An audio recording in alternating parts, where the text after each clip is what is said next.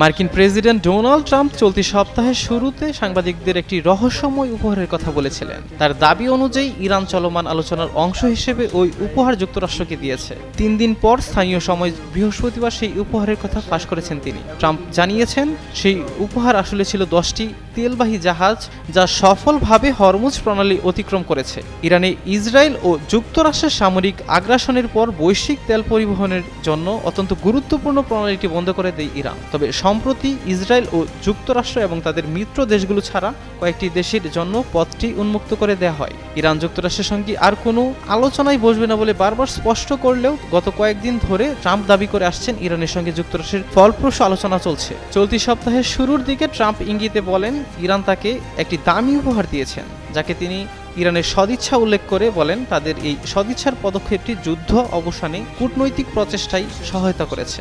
সিএনএনের প্রতিবেদন মতে 3 দিন পর বৃহস্পতিবার হোয়াইট হাউসে মন্ত্রিসভার এক বৈঠকে রহস্যময় সেই উপহারের কথা ফাঁস করেন প্রেসিডেন্ট ট্রাম্প।